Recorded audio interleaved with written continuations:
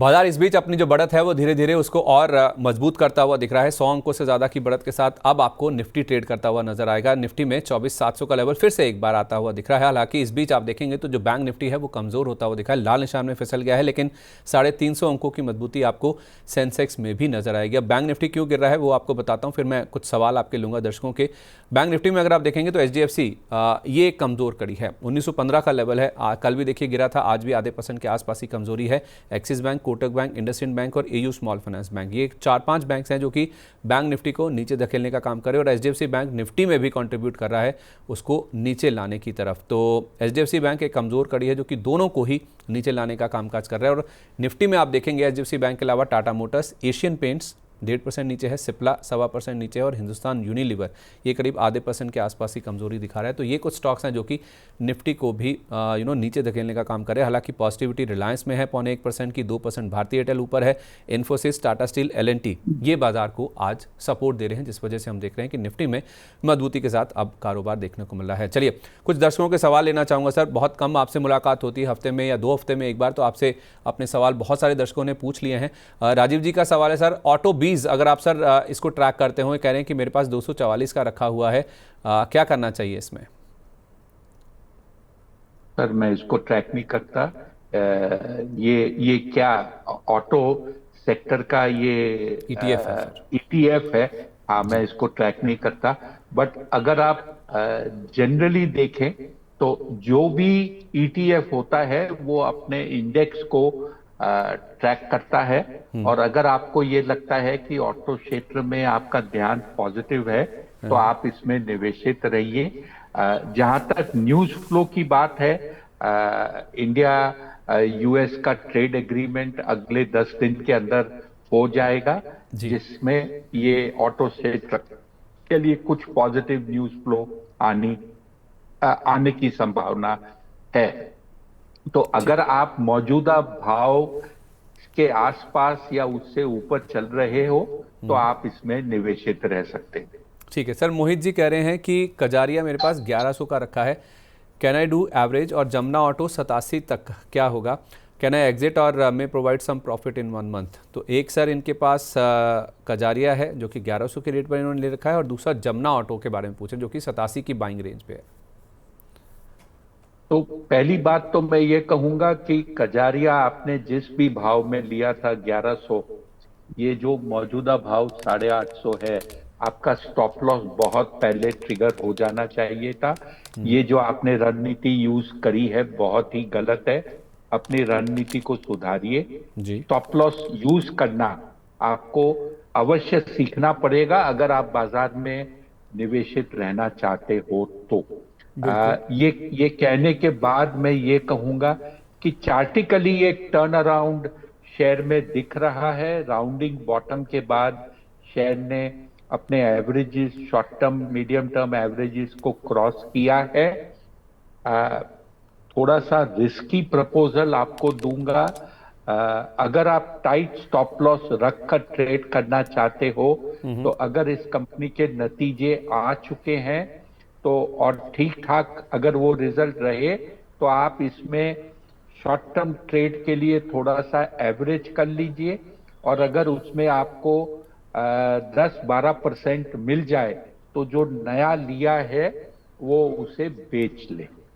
But अच्छा। Stop loss अगर आप रख सकते हो तो ही ये आपके लिए ट्रेड सजेस्ट किया जा रहा है। ठीक है। और जमुना ऑटो सर जिन लेवल्स पे लिया उसी के आसपास ये 87 पे ले रखा है इन्होंने।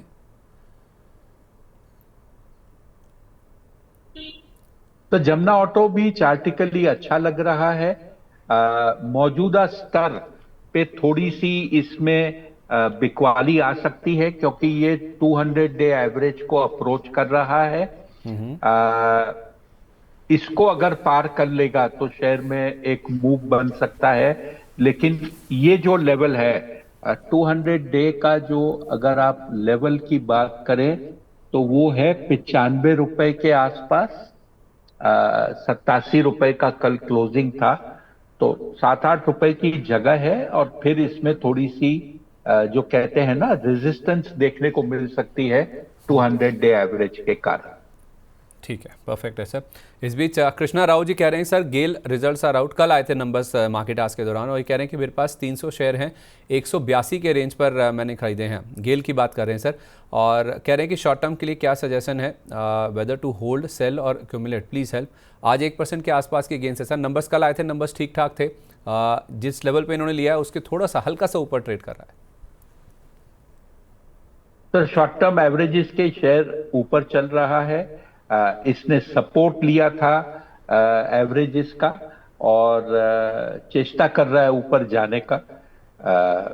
कंटिन्यू करिए होल्ड करना, और एक स्टॉप लॉस कहीं पर भी जो आपको उचित लगे वो रख लीजिए, जिससे कि आपका बड़ा नुकसान न हो कोई भी कारण से इसमें गिरावट आए तो। ठीक है, ठीक है, स्टॉप लॉस आप ज़रूर रखिए। इनफैक्ट दीपक गुप्ता जी भी पूछ रहे हैं कि गेल में मीडियम टर्म का व्यू चाहिए, तो आपके लिए भी सर राय आ चुकी है। एक स्टॉप लॉस लगाकर जो भी आपको ठीक लगे, थोड़ा नीचे का आप चाहें तो इसमें पोजीशंस बना के चल सकते हैं।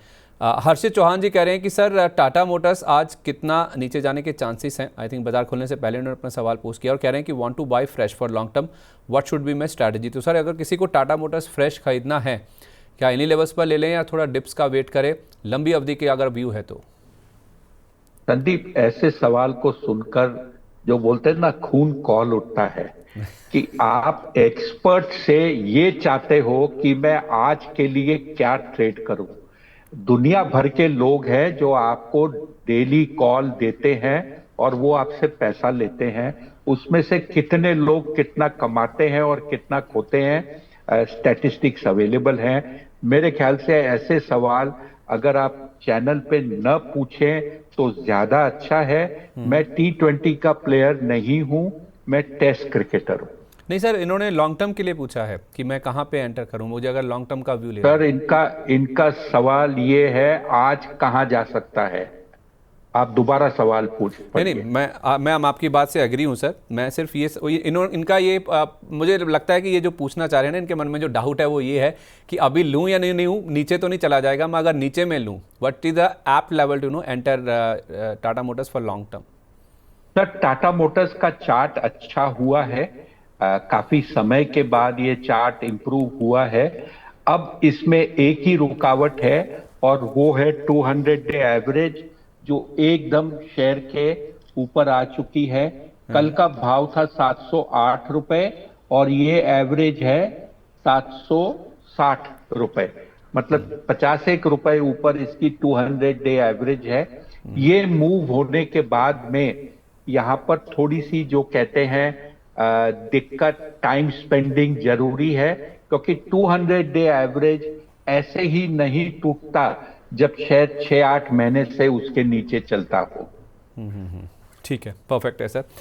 एक सर हमारे दर्शक हैं, नॉलेज गेनर के नाम से इनकी आईडी है, कह रहे हैं कि आपके सजेशन पर मैंने गेल परचेज किया है, 500 शेयर खरीदे हैं 126 पर, काफ़ी नीचे लिया है सर, क्या व्यू है इस पर। और हिंदुस्तान कॉपर इनके पास 400 शेयर हैं सर, 225 के रेट पर, 6 महीने का व्यू जानना चाहते हैं सर। अगर इन्होंने 225 पे लिया है, आई एम श्योर इन्होंने 800 का लेवल भी देखा है, क्योंकि बहुत पहले से इन्होंने खरीदा हुआ है, अभी भी ये होल्ड कर रहे हैं, दैट मीन्स इन्होंने हायर लेवल्स पे बेचा नहीं है। तो गेल तो सर कह रहे हैं कि आप ही के सजेशन पे लिया है, काफ़ी नीचे में अच्छे खासे प्रॉफिट पे बैठे हैं और अच्छी खासी क्वांटिटी है इनके पास 500 शेयरों की। सर, अगर मेरे सजेशन से लिया है तो मैंने उस समय टारगेट प्राइस भी दिया होगा और वो टारगेट अचीव भी हुआ होगा, क्योंकि शेयर ऊपर से 250 रुपए के भाव से नीचे 150 रुपए के आसपास चला गया था, तो कहीं ना कहीं मैंने टारगेट दिया भी होगा। इनको वो टारगेट लेके निकल जाना चाहिए था। अब मुझे याद नहीं है ये मैंने प्राइस कब रेकमेंड किया और कब मैंने ये कॉल दिया था।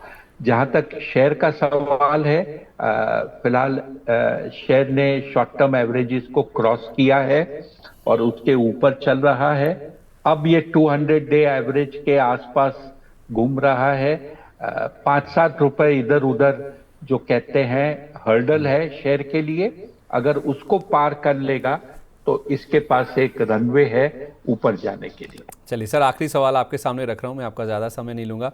एक वोडाफोन आइडिया को लेकर हमारे दर्शक पूछ रहे हैं इसको भी लेकर सर आप थोड़ा अगर ऑफेंडेड महसूस ना करें इसको लेकर बहुत सवाल आते हैं कह रहे हैं कि इसको कब तक होल्ड करें। इनफैक्ट इन्होंने सवाल बड़ा अब्रप्ट लिखा है, ये मतलब बताया नहीं है कि इन्होंने लिया है, किस भाव पर लिया है, क्या लॉस हो रहा है नहीं हो रहा है, पूछ रहे हैं बस कि कब तक इसको होल्ड किया जाए। सर, आइडिया सेल्यूलर बाजार में एक मोमेंटम स्टॉक है। ये उनके लिए है जो बड़ी मात्रा में शॉर्ट टर्म यानी कि इंट्राडे के लिए ट्रेड करना चाहते हैं। मैंने कई चैनल्स पे सुना है कि लोग कहते हैं 25,000 शेयर की मैंने ट्रेडिंग करी, 50,000 शेयर की ट्रेडिंग करी, और इसे वो कहते हैं रुपए में नहीं पैसों में ट्रेड करते हैं। 40 पैसे बने, 25 पैसे बने, 30 पैसे बने।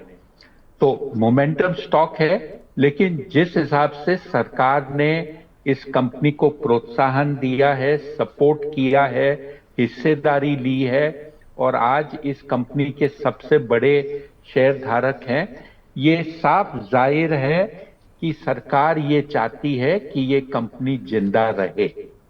तो अगर आपने निवेश किया है 6 रुपए से लेके 12 रुपए तक कोई भी प्राइस रेंज में, आप इसमें ट्रेडिंग के लिहाज से कामकाज कीजिए। इसमें वाइल्ड मूवमेंट्स होते रहते हैं। वाइल्ड मूवमेंट मतलब अगर शेयर में 70-80 पैसे की भी मूवमेंट इंट्राडे हो जाती है तो ये करीब 10-12% की मूवमेंट होती है भाव के हिसाब से। तो अच्छी खासी मूवमेंट रोज होती है और इसमें करोड़ों शेयर का कामकाज होता है। तो एंट्री एग्जिट और इंपैक्ट कॉस्ट वर्चुअली नई के बराबर है। चलिए ठीक है, परफेक्ट है सर। इस बीच आपको बता दूं, आपसे बातचीत हो रही है, इस बीच मार्केट अपनी स्ट्रेंथ गेन करता जा रहा है। 150 पॉइंट की बढ़त अब निफ्टी में हो चुकी है, 24,729 का लेवल है और 450 अंकों की मजबूती के साथ सेंसेक्स ट्रेड करता हुआ दिख रहा है। बहुत धन्यवाद sir, thank you so much, इतना कीमती समय आज सुबह सुबह आपने हमारे साथ शेयर किया, सारे दर्शकों के सवालों के जवाब दिए। इंडेक्स पर बातचीत हुई है, कई सारे रिजल्ट्स को लेकर भी बातचीत हुई है, जिन भी स्टॉक्स पर बात हुई, चर्चा हुई सर, डिस्कस हुए हैं, उनको लेकर कोई डिस्क्लेमर, कोई डिस्क्लोजर्स जो आप जाने से पहले शेयर करना चाहेंगे सर? सर, मैंने रेकमेंडेशन के तौर पर कोई शेयर की बात नहीं की। मेरे ख्याल से महज एक टाटा मोटर को छोड़कर, और मैं टाटा मोटर में निवेशित हूँ। चलिए ठीक है, बहुत धन्यवाद sir, thank you so much. आपके लिए हमारे जो दर्शक हैं, मैं नीचे कमेंट्स में पढ़ रहा था, वो भी आपकी स्वास्थ्य के लिए, आपकी आंखों के लिए दुआएं कर रहे हैं कि आप जल्दी से पूरी तरह से स्वस्थ हो जाएं, आपको किसी भी तरह का कोई स्ट्रेन ना हो और हर हफ्ते आपसे कम से कम एक दिन मुलाकात हो सके, ऐसी उम्मीद करके चल रहे हैं। बहुत धन्यवाद सर कीमती समय देने के लिए। Wish you very good day sir. Thank you, thank you. चलिए इसी के साथ ओपनिंग बस को हम यहीं पर समेटते हैं। बाजार में हमने देखा है हल्की मजबूती के साथ शुरुआत हुई और उसके बाद अब अपने जो गेंस हैं उनको और कंसोलिडेट करता हुआ बाजार नजर आ रहा है। दिन भर में कैसा एक्शन रहता है, कल की वीकली एक्सपायरी से पहले आज कैसा मूव है बाजार में, कारोबार का अंत कैसे होता है, कौन से स्टॉक्स लाइमलाइट में रहेंगे, क्लोजिंग बस में 3:45 बजे हमारे साथ जुड़िएगा, तब आपको बताएंगे। तब तक के लिए आप मुझे दीजिए इजाजत, नमस्कार।